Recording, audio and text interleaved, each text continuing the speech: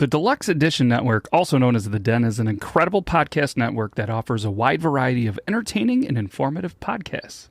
With a lineup of shows covering various topics, such as interviews with a wide variety of guests, history, music, relationships, true crime, and so much more. The Den provides content that caters to a diverse range of interests. The hosts and guests on the Deluxe Edition Network demonstrate a deep passion and expertise in their respective fields, making each episode on each show engaging and thought-provoking. The network fosters a sense of community by encouraging listeners to interact through live chats, social media, and forums, creating an inclusive environment for discussion and sharing opinions. With its commitment to high-quality production, the shows in the Deluxe Edition Network continue to captivate and entertain its ever-growing audience. Whether you're a podcast enthusiast or someone looking to explore new topics, The Den is a fantastic platform to dive into and uncover fascinating insights from experts in their fields. The Deluxe Edition Network is the home of independent awesomeness.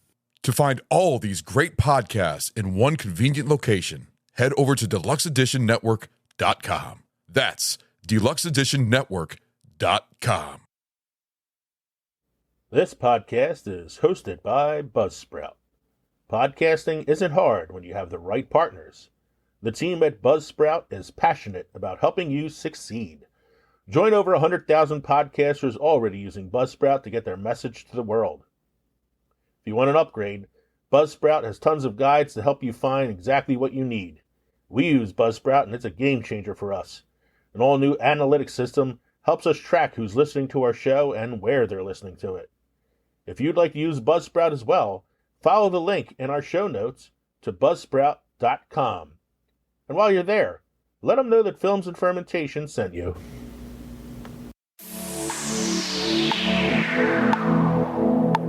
This podcast is part of the Deluxe Edition Network. To find other great shows on the network, head over to deluxeeditionnetwork.com. That's deluxeeditionnetwork.com.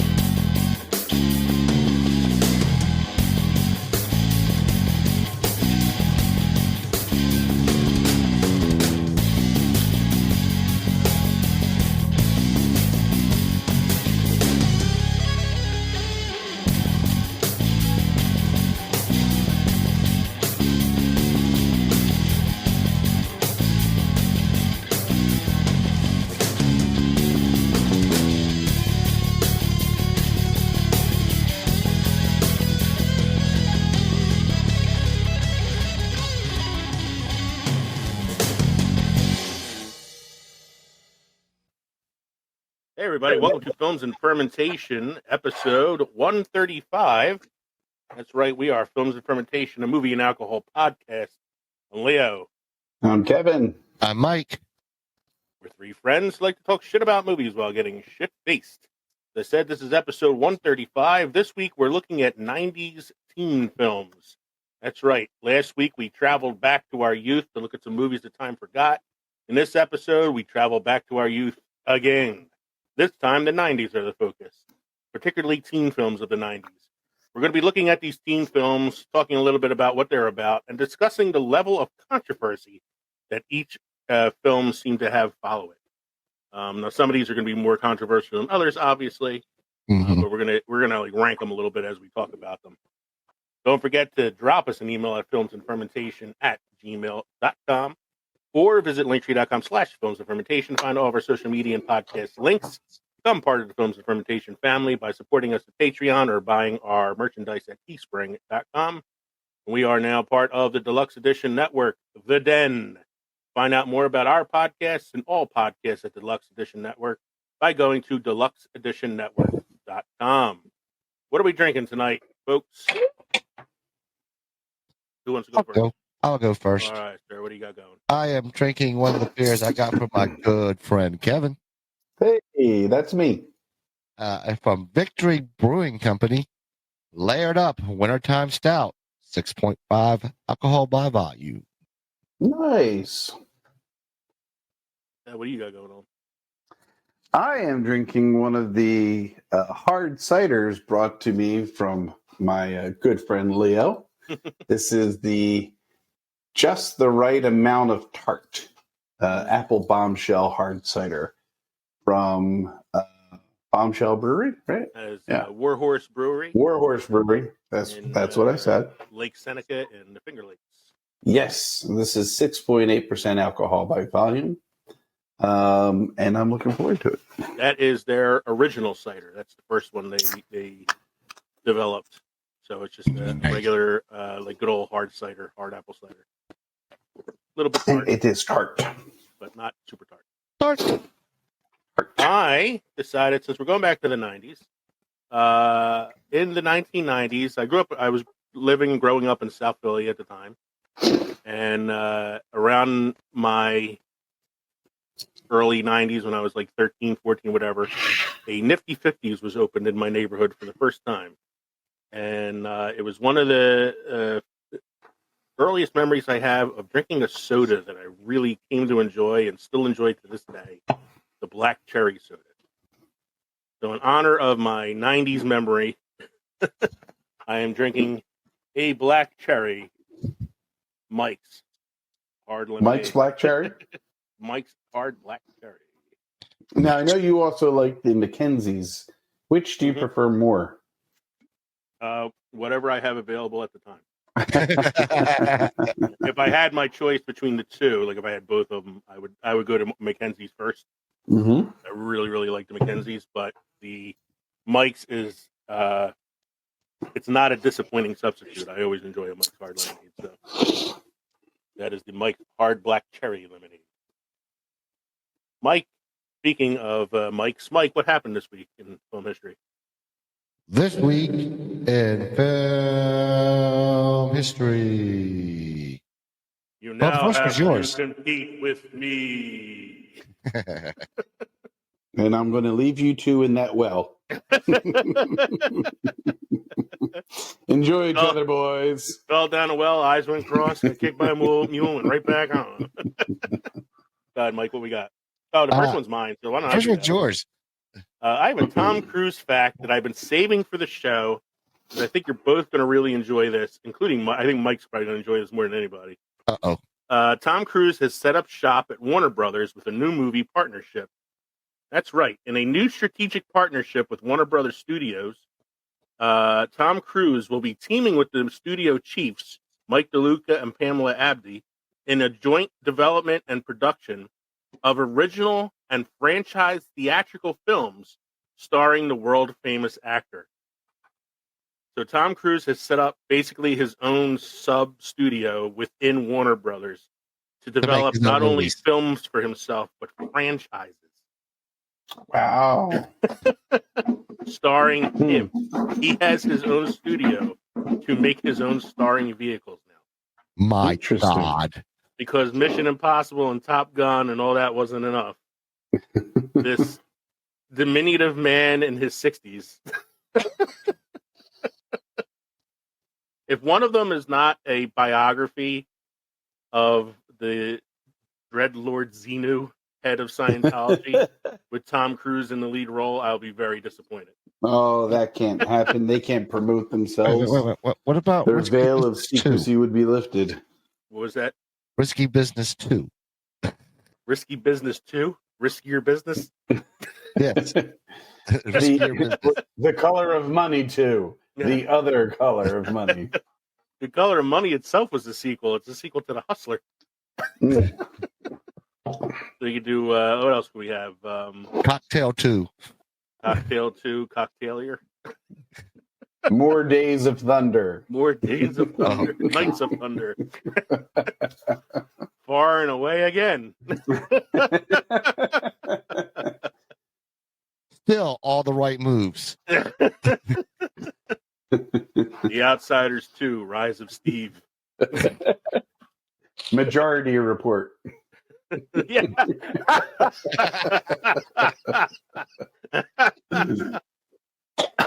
Mission Impossible 37.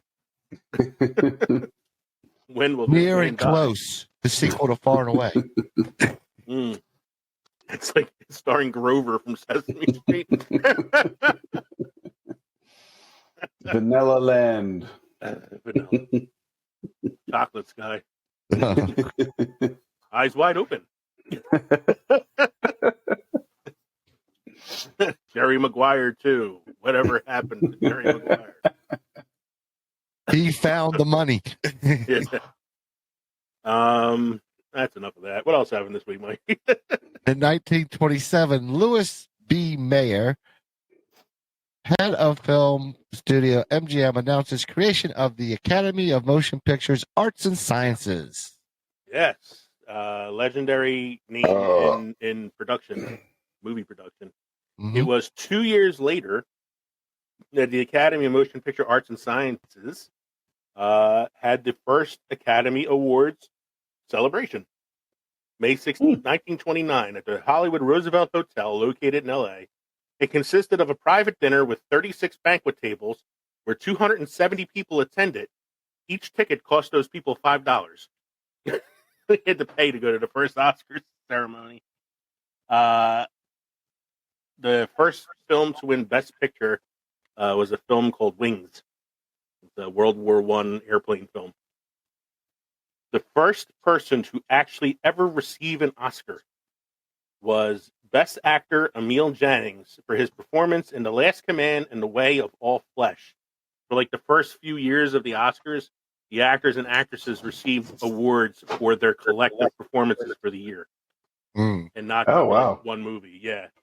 And so he got the award first because he was in Europe and was unable to attend the ceremony, so they mailed him his award before the ceremony actually happened. Huh. That's how he became the first guy to get an Oscar.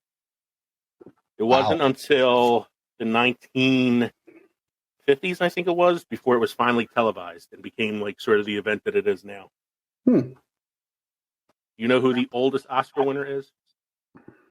Betty White. George Burns. I wish to. Yeah. Anthony Hopkins, who won 3 years ago for The Father at 83 years old. Okay. The youngest Oscar winner ever is Tatum O'Neal, who won Best Supporting Actress for Paper Moon at the ripe old age of 10. I thought it was going to be Anna Paquin who got it at, 11? She was 11. She was almost the youngest actress, and I think Tatum O'Neal is still the youngest one to win. There's been people nominated who were younger than her but did not win. Shirley Temple? Shirley Temple received an honorary one at one point, I think. So that's I just like when you put that up there as the fact. I was like, you know what, Louis B. Mayer had a lot to do with like the Oscars and all that stuff. So I want to look up that stuff because it's something that, at least that's something that interests me. Plus, we just had the Golden Globes recently. Yeah, it's true. Oppenheimer swept almost all its categories. Won Best Drama, Best Actor for Cillian Murphy, Best Supporting Actor for Robert Downey Jr., Best Director for Chris Nolan, Best Screenplay Adapted. Barbie won that new award that they gave out for box office and Best Picture, or whatever the fuck they called it. Emma Stone. I keep too many Emmas in Hollywood. A lot of Emmas. Emma Stone won Best Actress for Poor Things. So to look at Jennifer Lawrence when the award was announced, do you think she would have won it? Yeah. That's refreshing to see that much excitement for somebody else winning the award. Yeah, I know, right? She was really good. I heard she's really good in that movie. I kind of want to see it. It's like because usually when they picture somebody else, when somebody else wins the award, they're all sometimes morose some of the best sourpuss reactions were like Eddie Murphy when he lost for Dreamgirls. Burt Reynolds had a really good sourpuss on his face when he lost. So, you have a must-try beer craft destination for this evening? I have a craft destination from South Carolina. This is Westbrook Brewing Company, 510 Ridge Road, Mount Pleasant. Opened in 2010 by Edward and Morgan Westbrook, this brewing company has taken Charleston area by storm. They have dozens of regular offerings, seasonals, and specials to sample at the bar, including an IPA, a white Thai beer, and a tart wheat ale called Vice Baby, and a milk stout named Utterly. You can also take a growler to go of your favorite brew, shop at the on-site store, or take a tour to learn more about brewing, packaging, and the latest special projects. Very, very clever name play there for some of those beers. Utterly? Utterly, yeah. Vice Baby? Stout. That one's a good one, Vice Baby. Mm-hmm. It's time for Synopsis According to Glit. That was the karaoke setting. I didn't hear any difference from that and one that I... It kind of sounded like echoed. Yeah. Well, I did put the reverb on there. So, Glip is brought to you by Newsly.me. Newsly.me is an audio super app for iOS and Android that reads the news to you in a natural human voice. Stop scrolling, start listening. Go to Newsly.me today, use the promo code ANFORMENT, and get 10% off your first month premium subscription. So last week we did our visit back to some movies that time forgot. We all picked movies from the 80s. Mike's was 1982's Sword and the Sorcerer. And Kevin and I both picked movies from 89. His was Weekend at Bernie's. And mine was Leviathan, the new name in beer. This is what Glip had to say, though, about that episode. The hosts celebrate the Season 8 premiere of Films and Fermentation and the happy third wedding anniversary to Kevin and Megan. Kevin got the assless chaps and still has the gimp suit. Leo said Beer Fest was right about the bubble. Mike can't drive at night anymore. Kevman and Leo discussed the comedy duo Andrew McCarthy and Jonathan Silverman handling the film and the interior designer who played the second man. Kevman thinks that the movie was inspired by a very low-budget 1983 Hindi movie, Jane Bidu. Kevin said that the stunt double received serious injuries. Mike is talking about the movie with the three swords, and that Leo and Kevin didn't see it. Mike said that the stuntman missed the airbag. Mike says the movie appealed to him as a kid. Leo is giving the synopsis of a horror film that is like aliens underwater. I said a lot last week. It was like we each had our own like segment last week because we were all talking about our films. So, so yes, it was our 8th season premiere. Yes, it was Kevin's third wedding anniversary last week. The assless chaps and gimp suit were a joke about how third wedding anniversary is all about leather. Yes. I was making a comment about Beer Fest because I was drinking out of a beer boot and a bubble kept attacking me. Mike can't drive at night anymore was us teasing Mike about not being able to read the label on his beer can. Yes. We were talking about McCarthy and Silverman in Weekend at Bernie's. The interior designer who played the second man was Mishash Taylor in Mannequin 2. Yeah, that's right. Talking about designing women and all that. Kevman thinks that the movie it was inspired by a 1983 Hindi movie, but I don't know how it's actually supposed to be. I don't know if it's Jane Bidu. Yeah. He was talking about my movie. He was talking about my movie. Both Mike and Kevin talked about stuntmen receiving serious injuries in the films that they talked about. Mike's probably the most severe since he missed the airbag off a cliff. And died. And the three swords that appealed to Mike and made him want to watch the movie as a kid. The three-bladed sword. And then I gave a synopsis of my movie, which was, yes, the aliens underwater film Leviathan. So overall, it was not that far off. No. You know, that was our synopsis according to Glip. We'll be right back after a short break. We're going to hear some promos from our friends over at the Deluxe Edition Network. Hey, this is Ron. Do you like movies? Hey, this is Ragnar. Y'all like alcohol? Hey guys, this is Stu. Do you like punishments? Hey, this is Goop. Do you like cinephiles? Hey everybody, I'm Chase. Do you guys like alcohol poisoning? If you like all of that, then check us out at Barrel Age Flicks. We're on Apple, Spotify, and all the other platforms out there.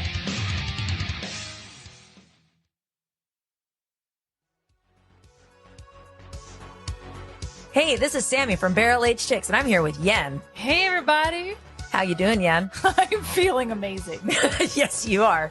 Well, what we're here to do today is talk about where you can find Barrel Age Chicks. You can find us on Google Podcast, Apple Podcasts, Spotify, Anchor, and Good Pods. Yep. On the Barrel Age Chicks, we have myself, Sammy. We have Yin, of course. And then we have Snow, Crystal, and Harley. Yep. We enjoy talking about everything from movies to being current moms to being just the ladies of the Barrel Age Flicks boys and their shenanigans in general. Please join us without kids. Thank you. Yes, our podcast is explicit content, so it is definitely not for little ears. But come out, let your hair down, and hear the chick side of things. Whoop, whoop. It's a shit show. Please join us. We need some mom time.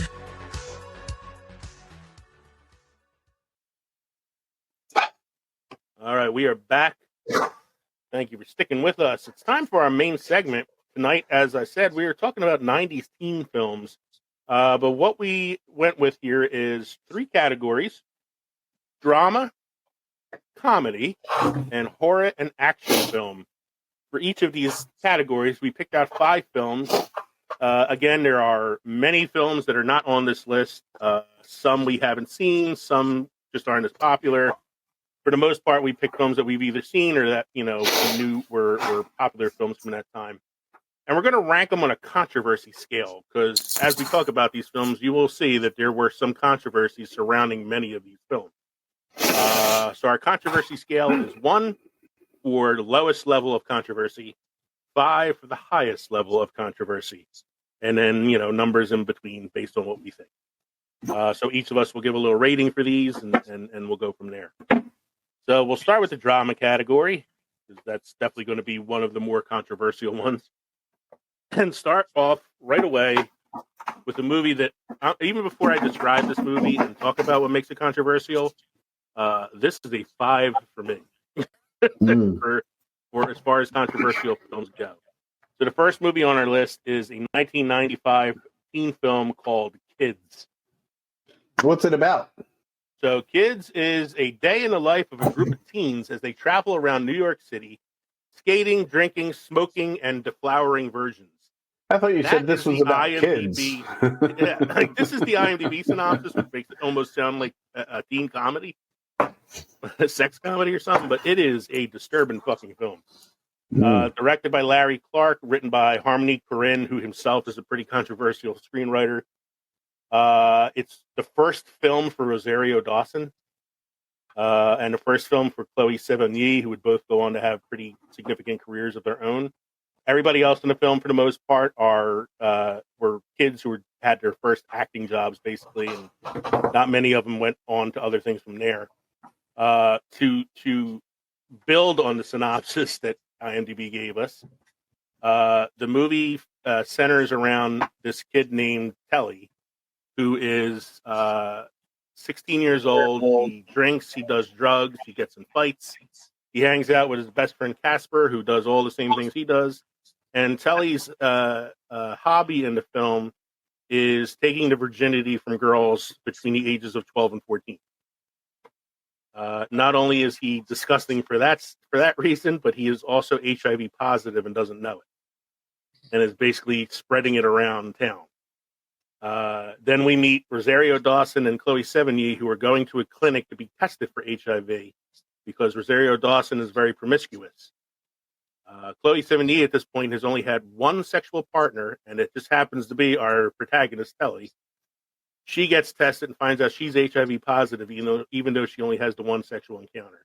She spends the rest of the movie trying to find this guy, Telly, only to not only find him at the end of the film, but find him having sex with another 12-year-old girl. Ugh. At that point, she passes out because she had been drugged already at some point in the film and gets raped by his best friend. And the cycle continues. It is a hard film to watch. And I've watched it twice. I don't know why I punished myself like that, but I watched it twice. The first time I watched it out of curiosity because I had heard some things, heard about how controversial it is. Mm-hmm. And then the second time I watched it, it was kind of to see, is it still as bad as I think it was? And it is as bad as I thought it was. Mm-hmm. It is a tough film to watch, and it is a 5 for me without a doubt. It is just, it's brutal. It's a brutal film. I've never seen it. Based on your description, it's not something I'm going to rush out to the Blockbuster to get. Well, luckily there are no more blockbusters. Well. It sounds pretty intense. It is very And intense. since it came out in 95 when I was overseas, I had never even heard of this movie until now. Really? Yeah. No, I thought I talked about it before. I think I talked about it when we did the Valentine's Day episode where we did depressing films. Maybe. But might have talked about it. I have no reason that I would want to watch that. No, I don't recommend it. This is not a recommendation. This is a. But I'm looking. It's got a 7 out of 10 IMDb rating. I'm not going to say it's not a well-acted film or a well-written film. It's so well-written that it feels almost like a documentary. Okay. Like it seems like you're following around a real bunch of kids. It's hard. The kid that starred in it later said that he kind of regretted starring in it because he felt like he was kind of mistreated a little bit the way that they made him, the character they made him play and all that stuff. So even the star of the film was like, "No, I'm good." So yeah, since I'm the only one who saw this one, I'll throw the ranking out there, and I think anybody else who's seen it out there wouldn't disagree with me that this is probably a 5 for like highest level of controversy. Even like some of the critics who reviewed it and gave it good ratings were kind of like, "Don't watch it if it's not your bag," kind of reviews. The next one is 1999's Cruel and before I go to the next one, fun fact, since you mentioned Blockbuster, Kev, I have an unrelated fun fact about Blockbuster. Do you know what the last movie ever rented from the last Blockbuster is? Princess Bride. This is the end. Oh yeah. Seems How sort of ironic. fitting. Seems kind of fitting that was the last film. Mm-hmm. All right, back on track. Cruel Intentions, 1999, stars one of Mike's early crushes, Sarah Michelle Gellar. Oh my God, I heard that movie. Oh my! I had a feeling Mike definitely saw this one. Yeah. I've seen this one, Kev. I know you've seen. I've seen this one. Oh, absolutely. Reese Witherspoon. Ryan Phillippe, yeah. Selma Josh Blair. Jackson, yeah. I mean, Even Ryan Phillippe was hot. Yeah. Mm-hmm. Tara Reid's in it. It's like, there's a lot of I don't early remember 90s. Tara Reid being in it. She has a But she small probably role. was. This is around the same. This is the same time she did American Pie, so it was probably a I small gotcha. role for her. But yeah, like I mean, this is a big deal when this movie came out. This is a modern retelling of Dangerous Liaisons, isn't it? It is, yes. Dangerous Liaisons itself was a remake of like a French film or something. So this is like the remake of a remake. But I know it's like what, two vicious step siblings at an elite Manhattan prep school make a wager to deflower the new headmaster's daughter before the start of term, played by Reese Witherspoon. Mm-hmm. I know your girl was Michelle Gellar. Like mine was Reese Witherspoon at the time. Mine was Selma Blair. Kevin likes those dark, weird girls. That's right. that Ali Sheedy thing all over again. But yeah, I think the biggest controversy that came out of this film is the step siblings. Well, it was the step sibling thing and the same sex kiss you have with Selma Blair. Yeah, Selma Blair and Sarah Michelle Gellar. In the late 90s was still kind of like a, there's a lesbian kiss in this film. Yes. Nowadays it's like, there's a lesbian kiss. Whatever. So I would say, looking back on it now, like you watch it now and it's like, I could see back then Maybe why it was like a little risque, but then you watch it now and it's like kind of tame compared to some shit nowadays. So I'm like, this is probably a middle of the road for me, like maybe like a 3. 2, 3, yeah. Maybe 2 or 3. He's thinking 3, Kev? Mm-hmm. Yeah. All right. Yeah, I think it's like a middle of the road controversial film. Good soundtrack to it, though. Yeah. Very 90s. Everything. Every movie here is, because I know they all came out in the 90s, but it's like they are the 90s. Mm-hmm. Like, This is if anybody wants to learn about Gen X, here's your time capsule. And we all had cars like Ryan Phillippe did in that movie. We all drove around in cars like that. Sure we did. Toyota Corolla? No, we didn't. I didn't. Oil change optional. Yeah, I had a 1987 Ford Tempo that broke down every other day. Next one I have here, 1991. Bringing in the 90s with Boys in the Hood. This was Jerry Maguire boy with Cuba Gooding Jr.'s breakout, wasn't it? It's Cuba Gooding Jr.'s first role. It is one of Ice Cube's first acting role. It's an early film for Lawrence Fishburne.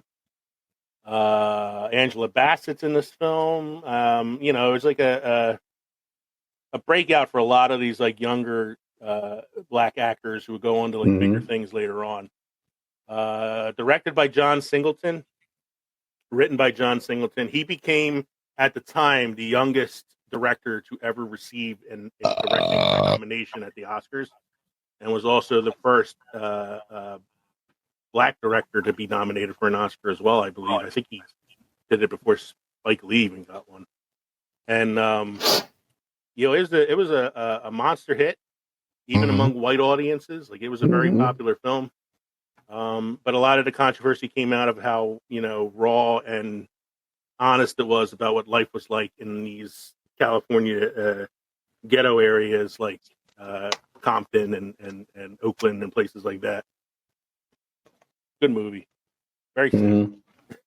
Very, very sad film. Very sad. I'd say this is still a 4. Do you think it's that controversial? I think if you take it for when it was and how it was done, yeah.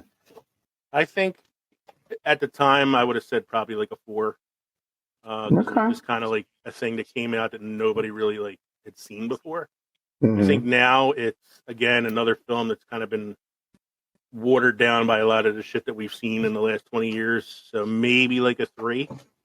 Okay. I think it maybe like another middle of the road controversy. I would give it a 3. Yeah. I mean 3, 4. Somewhere between that 3 and 4. 3.5. 3.5? 3.5. Next one is the film. I haven't seen this one in a long time. Like, I feel like, oh my god, I didn't have enough time to rewatch a lot of these movies. Oh no. Where this, but the next one is School Ties, 1992. This is like a who's who of who would be who, later on. So like you have, it's almost like a movie Time Forgot as well. Oh, it is. It's definitely a movie Time Forgot. I often confuse this with Toy Soldiers. For no other reason than like the titles and who's in it. They're 2 completely different movies. Yeah, two completely different movies. Completely different movies. There's just something about them because they also came around the same time. But you have Brendan Fraser, you have Matt Damon, Chris O'Donnell, Ben Affleck. Like, who else is in this thing, man? It's like like I said, it's a who's who of who later on. Directed by Robert Mandel, written by Dick Wolf. It is a movie about, in 1959, a star quarterback from a working class family is given an opportunity to attend an elite New England preparatory school, but he is conflicted about whether or not to tell his evangelical classmates that he is Jewish. So this is a film that was sort of in the controversy realm because it dealt with ideas of anti-Semitism. In the 1950s, at a time where you wouldn't normally have a Jewish student at what would be considered a Christian school. But because he can play football. He can play football. You make exceptions, It's definitely 1950s football. He's a quarterback without a face mask. I'm looking at the video, the trailer playing. It's an okay movie. It's not groundbreaking or anything. Yeah. It's a cool little like I've used the term earlier, time capsule. It's a time capsule film. It's cool to like go and watch a film like this and see like what some of these actors were like very early in their career. Oh, Cole Hauser was in this as well. So like you have Cole Hauser who would go on to be in Good Will Hunting with Affleck and Damon. So this is kind of like this was like the recruitment stage for Good Will Hunting. you also had a lot of these actors were like going out for the same roles too at this time. Like you had all these young guys like fighting for the same role. So when you get an ensemble film like this, it has them all together. You know. I got to rewatch this, but I think based on my memory of it and the message in it, like I don't think it was something that was super controversial. No. It tackled a tough subject, no pun intended, but it did it in a pretty straightforward way. So I would say this is a 1 for me. Yeah, but it's still a story that's relatable for today. Mm-hmm. Mm-hmm. And it's a time period piece. It's 1959, so it's not a film about the 90s. It just happened to be a film in the 90s. Yeah. So the last one I have for our drama selection is the film called The Virgin Suicides. It came out in 1999. I put this on there with the list of films you only have to watch once. The title is not a lie. It is about a virgin suicide. It's the first film directed by Sofia Coppola, who got her start starring in The Godfather Part 3. But then will go on to have a much more successful career as a director. She followed this film up with Lost in Translation, which was her major, breakout film. A group of male friends become obsessed with 5 mysterious sisters who are sheltered by their strict religious parents in suburban Detroit in the mid-1970s. So it's a early film for Kirsten Dunst. Stars Josh Hartnett, James Woods, Kathleen Turner, Danny DeVito, AJ Cook, Scott Glenn, and a bunch of other, lesser-known actors. Seth Rogen. Yeah, Hayden Christensen's in this. Yes. So these this group of friends, it's like 3 or 4 guys, become obsessed with these girls that live in this house. All the girls are pretty. They're all blonde. They're all, very nice girls, but they live with parents who are very strict. They have a father who is like super, super strict with them. Kathleen Turner is the mother. She's a very, very like overly Christian religious woman. So they're a very sheltered group of girls. And, as the guys start to like learn more about them, they spy on them all the time. They watch them. It goes through this whole like thing like that.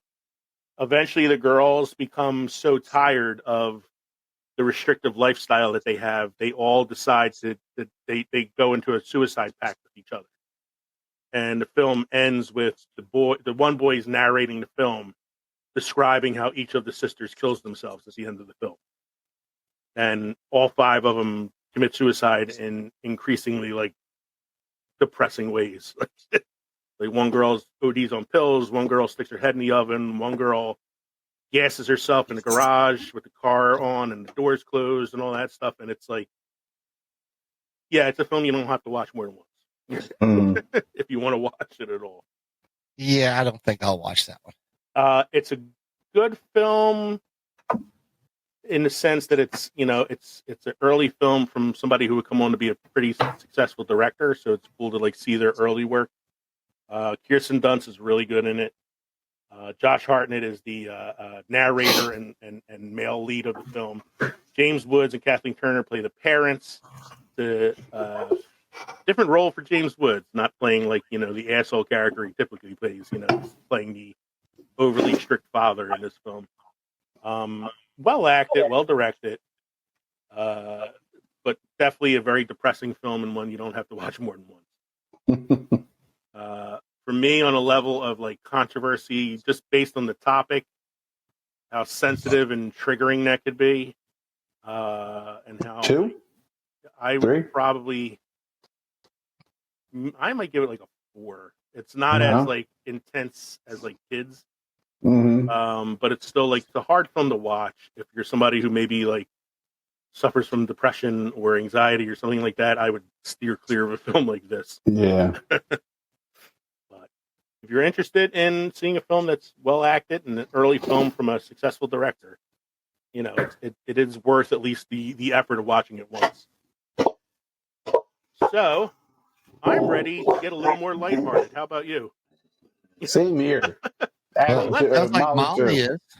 Yeah, Molly's ready. Let's go to the comedy category and talk about some of our favorite 90s comedies and rate them on a scale of controversy. Let's start with One the most time at band camp. obvious 90s comedy, One time at American band camp. Pie. What'd you say? One time at band camp. Yeah. American Pie, 1999. It always shocks me when I find out that this film was 99. I always feel like it was like 95, like somewhere in the middle. Oh yeah. But it's right on the cusp of the 90s, almost Yep. a 2000 film. Mm-hmm. Four friends make a pact to lose their virginity on prom night before they graduate and go on to their respective colleges. It's your typical teen comedy trope. You know, the unpopular virgins trying to lose their virginity. Yeah. Nobody really got big out of this film, I feel like, in a career sense, except for maybe like Allison Hannigan. Allison Hannigan, Jason Biggs has had a little bit of success. Mm-hmm. More than, not as much as Allison Hannigan, but definitely more than everybody else involved. Yeah. Um, You know who I think had the biggest careers coming out of this? Are Jennifer Coolidge. Yes. Who would go on to do like the White Lotus series recently and a bunch of movies and stuff lately.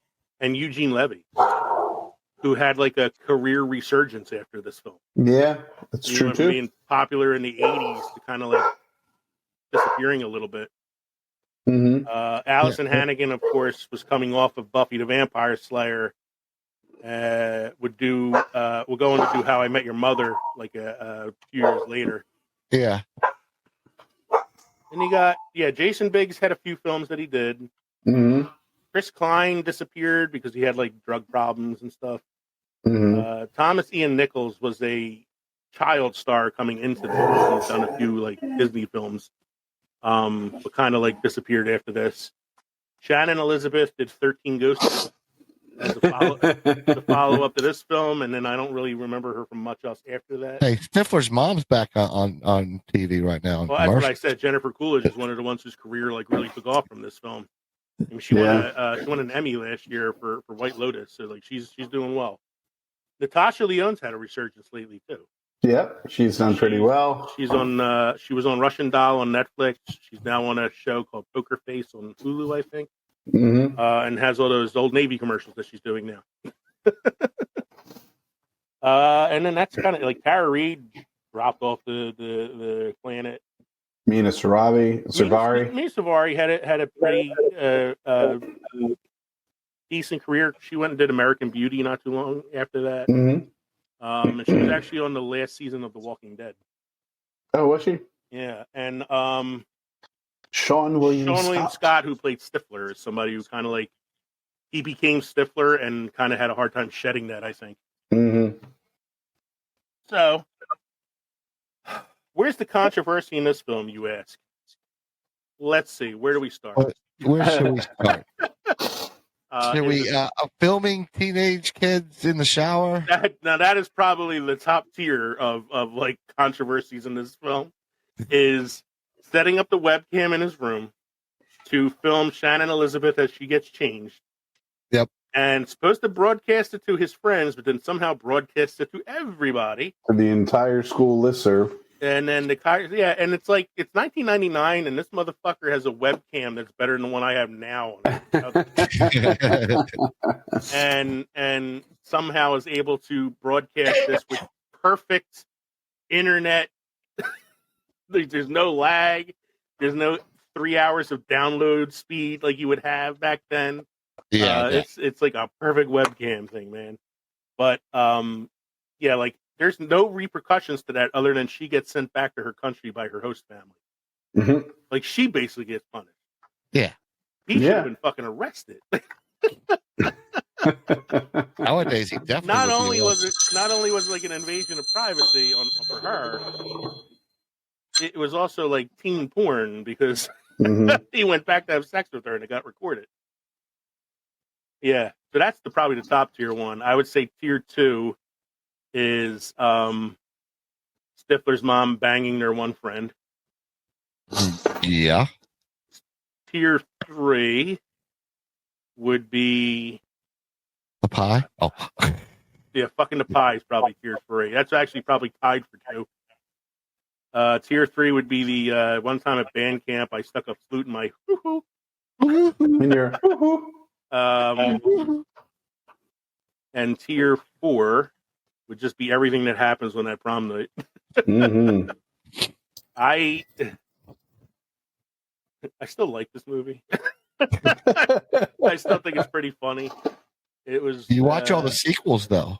I saw all the sequels. I did watch all the sequels. There's like 4 sequels. Well, there were 4 with the original cast. So it's American Pie, American Pie 2, American Wedding, Pie. and American Reunion. That's right. And American like the second Pie, one was the kind of Naked- funny. Oh, American Pie presents the Naked Mile. Yeah, Okay. so like the other films that are like the American Pie Presents films are all like straight to video. Okay. And the only tying thread in most of those films is Eugene Levy. Like he kind of makes an appearance in a lot of those films. But as far as the original cast goes, it's those 4 movies. They're all pretty funny in their own right, but they don't really capture what the original one had. It was a monster success when it came out.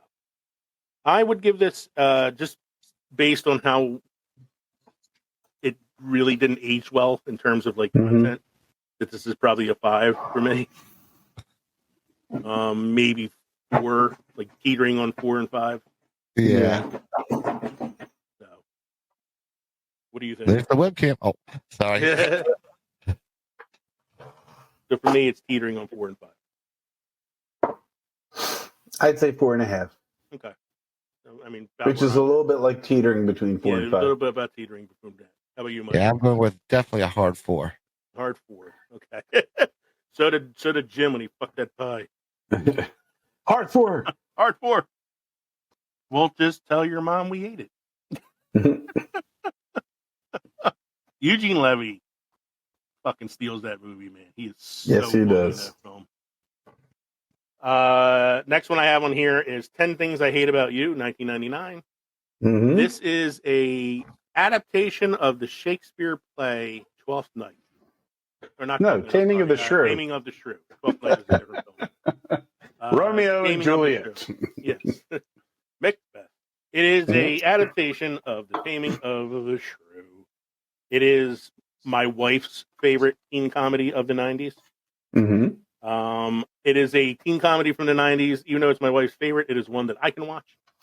I enjoy it too. It introduced us to Heath Ledger. Yep. Julia Stiles, Joey Gordon-Levitt, David Krumholtz, Larissa Gabrielle Union was Clarissa Explains It All on Nickelodeon. Mm-hmm. Andrew Keegan, who plays the really vain kid who wants to be an actor, who's trying to like nail the younger sister in the film. Mm-hmm. He now is the leader of a cult. Is he? He has a How cult about he that? runs in LA. Yes. Yeah, Gabrielle Union's in it. So if you fail at acting, you become a cult leader? Yeah, I guess. Okay. Allison Janney, early role for her. Larry Miller's in it as the dad. He's really funny. I think he's pretty funny as Julia Stiles. Susan May Pratt, I know only from 90s teen movies. Yeah, and I think she was 50 when she did this film. Yeah. Mm-hmm. Playing a teenager. She was the Shakespeare obsessed girl. Mandela. David Leisure's funny as the teacher who runs detention, where he finds the kid. Is this hot? I am confiscating this, as well as that bag of Cheetos.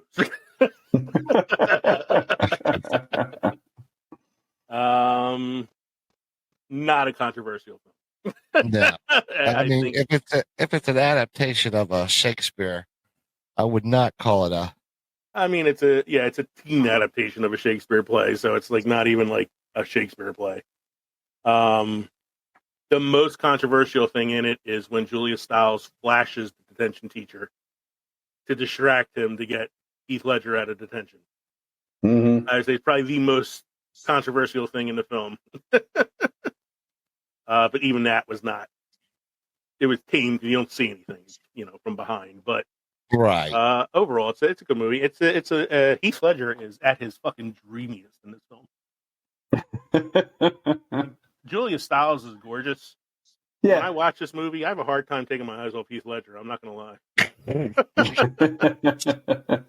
Especially when he sings the Four Seasons song to her on the football field. You're just too good to be true. So this is barely a 1. This goes off the scale. It's like a 0.5. Next one is 1995's Clueless. This is the movie that launched Alicia Silverstone's career. You have Alicia Silverstone, Stacey Dash, Brittany Murphy, Paul Rudd, Donald Faison, Breckin Meyer, Dan Hedaya as her father in the film, while Sean plays one of the teachers. This itself is an adaptation of Emma. Is it Emma? It's Emma. The Jane Austen book. Jane Austen book. Jane Austen. Emma, yes. Shallow, rich, and socially successful Cher is at the top of her Beverly Hill High School pecking order. Seeing herself as a matchmaker, Cher first coaxes 2 teachers into dating each other, and then tries to get her friends hooked up with people, and it's a whole thing. There's a scene here where she mispronounces the word Haitian, and she actually mispronounced it because she didn't know how to say it. But the director thought it was so funny because it kind of was like a character trait, so they left it in. So the take of her mispronouncing a word is an actual mispronouncing. Directed by Amy Heckerlin, starring Alicia Silverstone, as I said. Controversial in the sense that she ends up with her stepbrother. Yeah. Paul Rudd's her stepbrother in the film. Yeah. But and he was like 50 at the time, so. Yeah, I mean, he's a Hollywood vampire. He never ages, so. He's a stepbrother, but there's absolutely no blood relation. Mm-hmm. But he hangs out with her. That's okay. So that's okay. It was a monster hit in the 90s. It was pretty popular in the early 2000s. I don't know if it's a film that, if I brought this up to kids nowadays, if they would jump on it right away or find it relevant anymore or anything like that. I think Mean Girls is kind of like the film that's kind of taking its place in the canon for teenagers, Yeah. But it was a funny film, but definitely not a overly controversial film. Nah. Got made into a TV series too. Yeah, a short-lived TV series. Mm-hmm. They talked about remaking it too. I've heard talks about that, but I haven't seen anything real definitive on that. So, that's a 1 for me. Yeah, I'd agree. It's a 1 for me too. Yeah. The next one is probably going to be a little higher than a 1. It's 1995's Dazed and Confused. Yeah. A little bit higher. Dazed and Confused came out in 1993, rated R film. The adventures of high school and junior high students on the last day of school in May of 1976. Again, not a film that takes place in the 90s, just happens to have come out in the 90s. Period film about the 70s, directed by Richard Linklater. Introduces us to these young actors: Jason London, Matthew McConaughey in his first role, All right. Rory Cochrane, Joey Lauren Adams, Mila Jovovich in one of her early roles, Shawn Andrews, Adam Goldberg, all these really actors who have been around forever now, who are all very young in this film. So yeah, the things that have come out of this movie are obviously the introduction of all right. Mm-hmm. But the controversy therein lies in the fact that there's drug use and things like that. But again, it's the 70s. It's not. It's capturing an era. Right. The most controversial thing I could think of from this film is the Matthew McConaughey line. The thing I love about high school girls is I keep getting older and they stay the same age. They stay the same, yeah. Which is controversial in the sense that it's just fucking creepy. Yeah. But other than that, To paraphrase something Mike said earlier, not a hard 4, but I'd give it a hard 2. means I need more fiber. But I would give that a 2, I think. Who does number 2 work for? You tell that nerd who's boss. And the last one I have on the comedy list, not one that I've seen recently. Probably not even one that really holds up that well. It was sort of like a precursor to American Pie, because it came out in 1998, and it's Can't Hardly Wait. A complete graduating class consisting of beautiful girls, geeks, and promising football players assembles at a rich classmate's residence for a party. Interesting development follows at this get-together. That is the IMDb synopsis.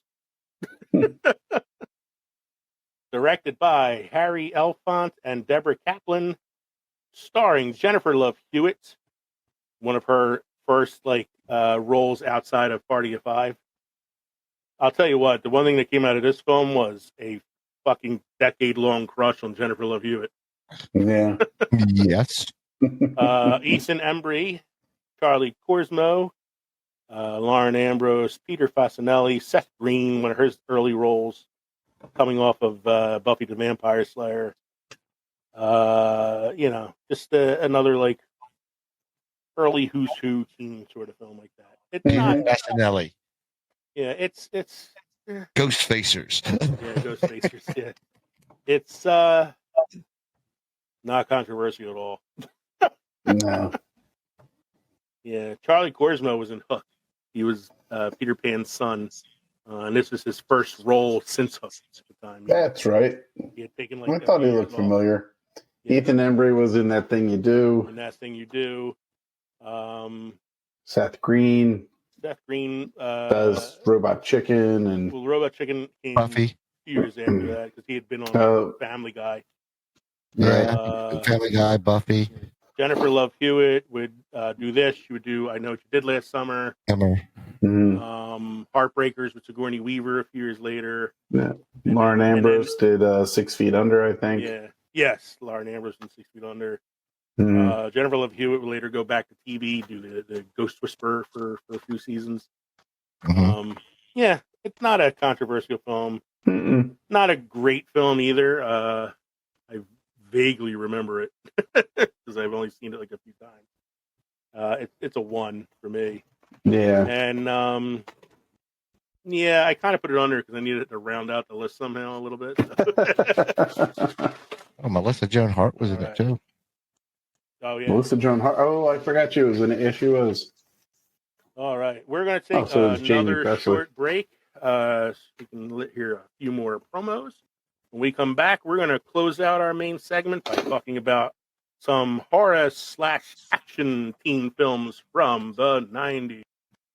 I'm Chris. And I'm Mel. And together we host the podcast Spoil My Movie. We were watching movies anyway. And we were having in-depth conversations about those movies too. So we decided to share our thoughts with the world. You can expect me to gripe about inaccurate details like supposedly cold weather, but you can't see anyone's breath. And you can expect me to be totally adorable, but also psychologically deep. And by the end of each episode, we'll provide our respective ratings. Using a rating scale custom tailored to the movie in question. Check us out wherever you get your podcasts. We're everywhere. We're actually behind you right now. Hey, this is Casey Shearer. And this is Ray. Do you like pop culture? We're pretty sure you do. Then come on over and check us out at deluxeedition.show. You will not be sorry. Or maybe you will be. I don't know. Hey, everybody. We are back from our second short break. Thank you for sticking with us. We're going to close out our main segment tonight by talking about some 90s horror/action films. And how controversial are these films? The first one came out in 1996 and, again, stars one of Kevin's dark girl crushes, Perusa Oh, Balk. all four of these girls are dark girl crushes. The All Craft. four of them. 1996's The Craft, starring Yeah. Robin Tunney, Perusa Balk, Rachel True, Nev Campbell, Skeet Ulrich, Christine Taylor, Breckin Meyer again. That's going to be the cast that I'll talk about. Yeah, pretty much. Those are the ones that we know. I had a crush on Christine Taylor, man. She's gorgeous. She was Ben Stiller's wife for a while. Yeah. Nev Campbell, of course, from Party of Five. Nev Campbell, Robin Tunney, Rachel True. Again, gorgeous. And Perusa Balk, of course. Perusa Balk, after this, would do Waterboy, which is, oddly enough, the film I think she's the most attractive in. This is a film about newcomer to a Catholic prep school who falls in with a trio of outcast teenage girls who practice witchcraft. And they all soon conjure up various spells and curses against those who anger them. This is about as 90s as a 90s film can get. From the uniforms they wear, to the goth girl aspect of it, to the witchcraft storyline, to the music and the soundtrack, to the stars in the film. Welcome to the 90s. Now, again, the most controversial thing of this film has to probably be the witchcraft stuff. I don't know too many teenage girls that I was friends with who didn't try some of this shit in real life. Like trying to make people levitate off the ground and all that stuff. I think Nev Campbell's they were more. all the goth girls who loved The Crow. Yeah. Would you say, Mike? I thought Nev Campbell had a more controversial movie when she did Wild Things. Yeah, I think Wild Things is way more. That's true. Shit, I should have put that on the list. So on a scale of 1 to Wild Things, this is probably a 3. Yeah. Whereas Wild Things would be a 6.5. Yes. You know, But she was hot in Wild Things, my God. Well, so was what's her face too, Denise Richards. Yes. And man, Kevin Bacon's dick. It's better. It's more like Kevin Sausage. Oh boy! Like a hot dog wrapped in bacon. Long, baby. The next one on our list. Oh, well, we didn't vote on The Craft. I said 3. What did you guys say? I'd say 2. 2. 2.5. 2.5. That's the Catholic teacher in me coming out with the 3. 1996's Scream came out the same year as The Craft. Also starred Nev Campbell. Was a movie that kind of reinvigorated the horror genre. Yeah. It was breathing new life into it. Yes. They're Wes still Craven. trying to bring. They're still trying to breathe life into that series. Oh, man, there's so many of them now. A year after the murder of her mom, a teenage girl is terrorized by a mass killer who targets her and her friends by using scary movies as a part of a deadly game. And that's part of the fun of this film, is the meta-ness of it all with the scary movie stuff. With the character that what's his name plays in it? Roger Kennedy. Jamie Kennedy. Jamie Kennedy, yeah. Randy character who like knows all the tropes for the horror films. And It's a horror movie that talks about horror movies while they're in a horror movie. Yes, I like his character in the film because that's kind of the kid I was, you know. And Nev Campbell, Courtney Cox, who was on Friends at the time, David Arquette, Skeet Ulrich, Drew Barrymore, who has a real Janet Leigh moment when she gets killed in the opening scene of the film. Yeah. You have Matthew Lillard at the height of his Lillardness. Jamie Kennedy, as I said, Rose McGowan. This was a fun film. This is the film I probably need to rewatch just to see if it kind of holds up today. It is a Wes Craven film. Wes Craven, of course, created Mike's favorite movie, Nightmare on Elm Street, favorite horror film. Not too controversial, despite the fact that it's a film about teens murdering teens.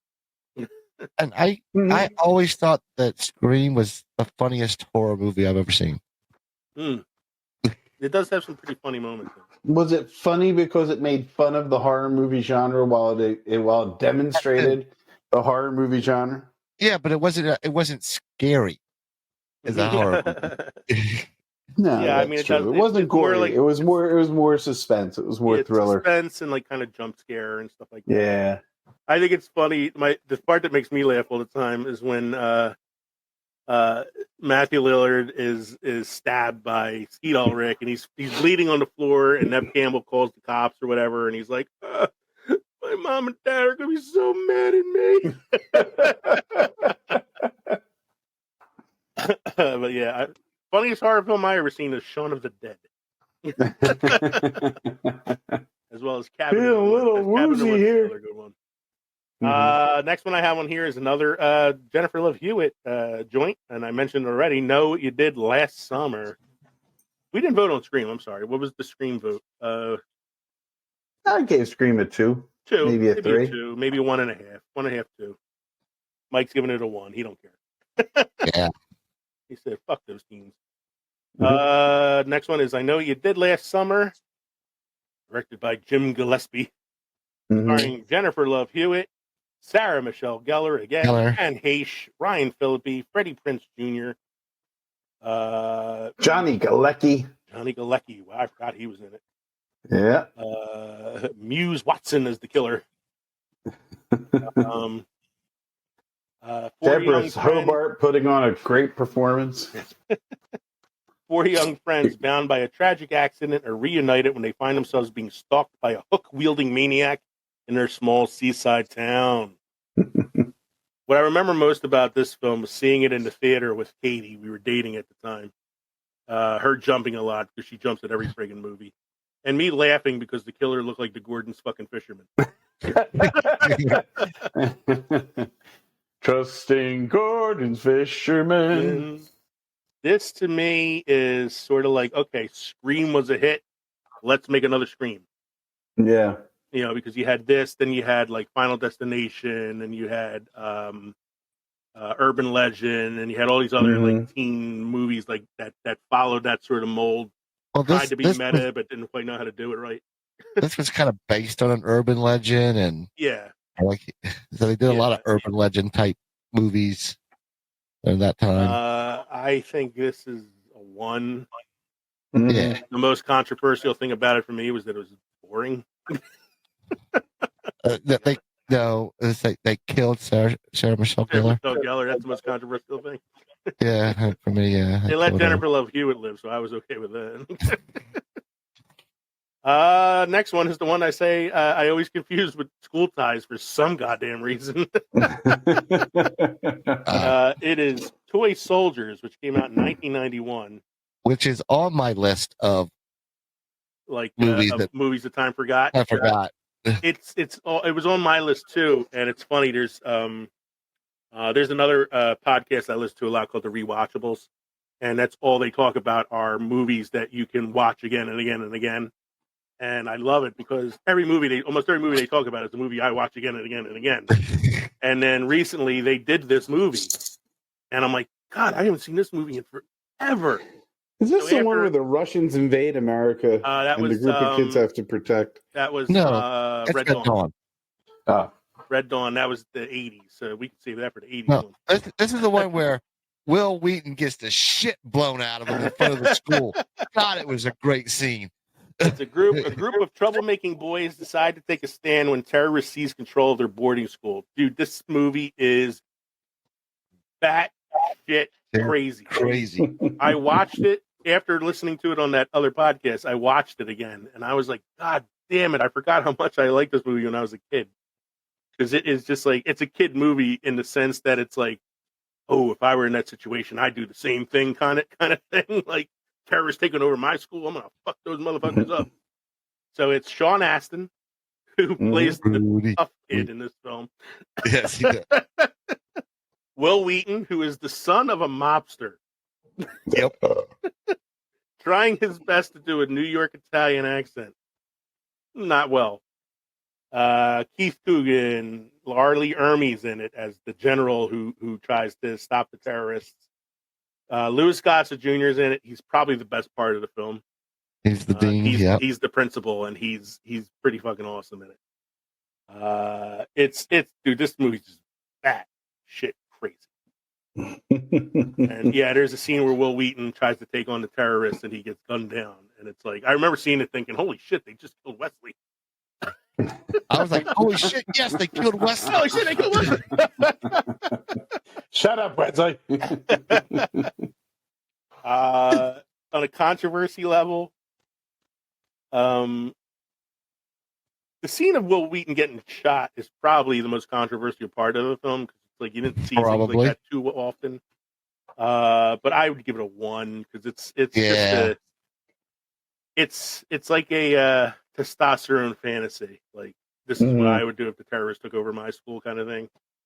Well, it's like any other, even back in the 80s, like Goonies and stuff. It's a kid film, but kids would never do shit like that. I was just about to say, like, this movie, it came out in 1991, but it feels like an 80s movie. Yes. Like, it is like, okay, it's 1991, but I'm not ready to let go of 89 yet. Like, it feels like an 80s film. It feels like the one you just said, Kev, the Red Dawn. It has that energy to it. Like, you half expect them to yell Wolverines at some point. If anybody out there listening has never seen Toy Soldiers, if you're looking for a bad movie that's fun to watch and you enjoy over-the-top acting and just batshit craziness, yes, it's a good Sunday afternoon film. Yeah. The last one I have here on our list of horror/action teen films, 1998's The Faculty. This one came out in 98, R-rated film. Casey Connor, Harrington High School's newspaper photographer, witnesses the murder of a nurse, sees her alive again, the school nurse, obviously, decides to investigate the bizarre happenings. Directed by Robert Rodriguez, who would go on to do Dusk Till Dawn and films like that. Stars, Jordana Brewster, Clea Duvall, Laura Harris, Josh Hartnett, Salma Hayek, he's the nurse who comes back to life, Famke Janssen, Piper Laurie, Bebe Neuwirth, who was coming off of Cheers at the time. Yeah. Christopher McDonald, who was the villain in a number of Adam Sandler films. Robert Patrick, who was in Terminator 2. Usher, who was Usher. Jon Stewart in one of his few acting roles. And a very, very young Elijah Wood. It's another like who's who of like teen actors and other like popular older Invasion of the Body Snatchers-esque kind of thing. It basically is the invasion of body snatchers. The faculty at this school are taken over by this like alien parasite, and the kids are tasked with stopping them. Fun movie. On a controversial level, not so much. I think Lauren Harris has a nude scene. Yeah. I think that might be it. But that's about it.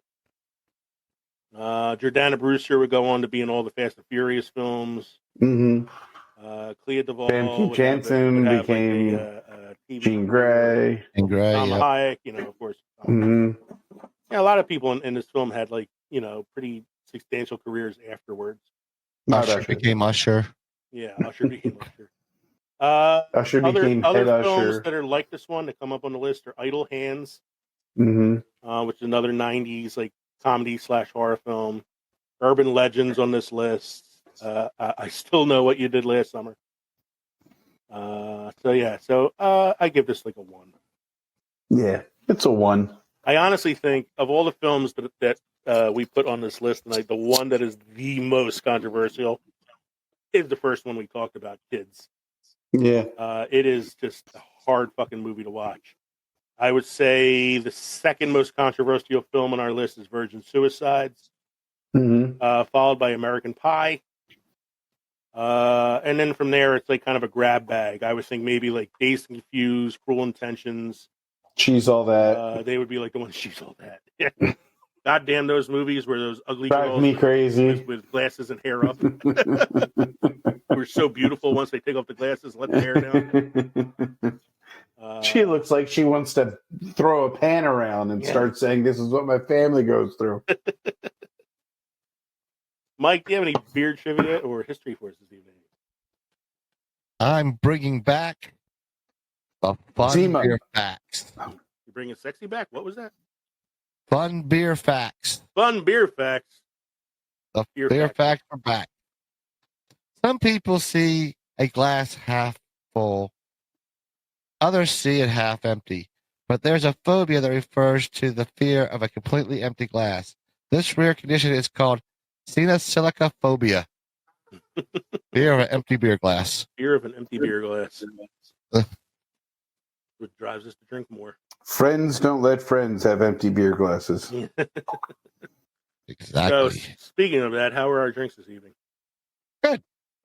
We're good. I like the original hard cider a lot. I'm now working in Lily Marlene Oaked Marzen Lager. That is also a Warhorse Brewery beer. That's one of my favorites. It's their lager beer, yeah. It's a 6% alcohol by volume, and it's very good. Thank you, Leo. Yes, again, Mike's Hard Black Cherry. Not much to say. Always a go-to for me when there's nothing else around. So, Peter Dinklage. You know his name wasn't really Deep Roy, don't you? What is it? Bert. I thought you had something funny. I thought you were going to tell me it wasn't Deep Roy. It was like Shallow Steve.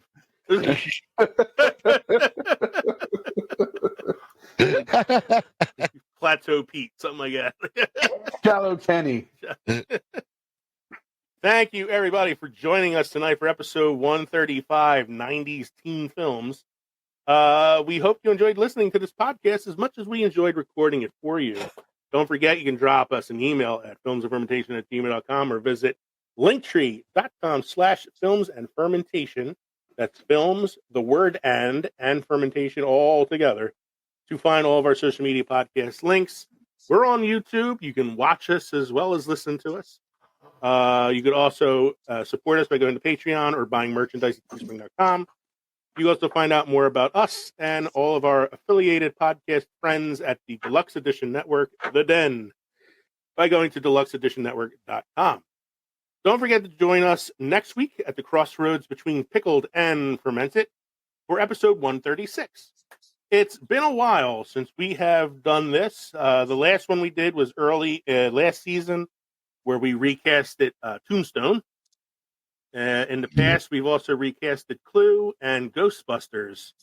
So we are going back. We also recasted, what was the other one we did? Oh, the Universal Movie Monsters we recasted as well. Mm-hmm.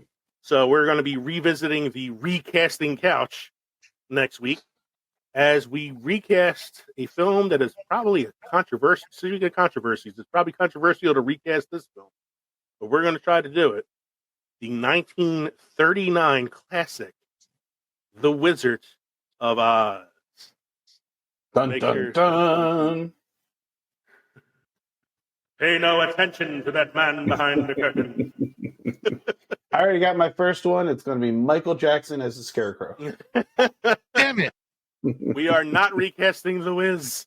We are recasting The Wizard of Oz. So make sure you join us for that program. Again, I'm Leo. I'm Kevin. I'm Mike. You've been listening to Films and Fermentation. Cheers, everybody. Cheers.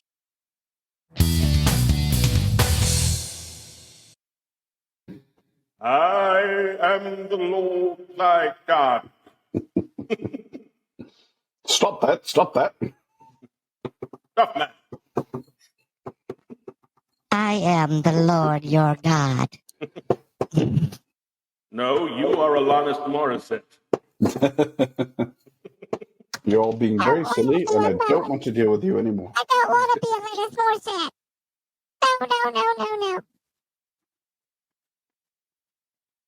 No. Ugh. Really? I could be Barry White too, you know. Ooh, do I have one of those?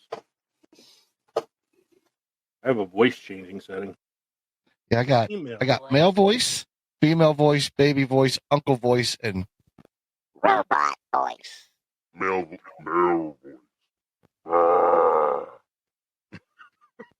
What? Yes. I know his name.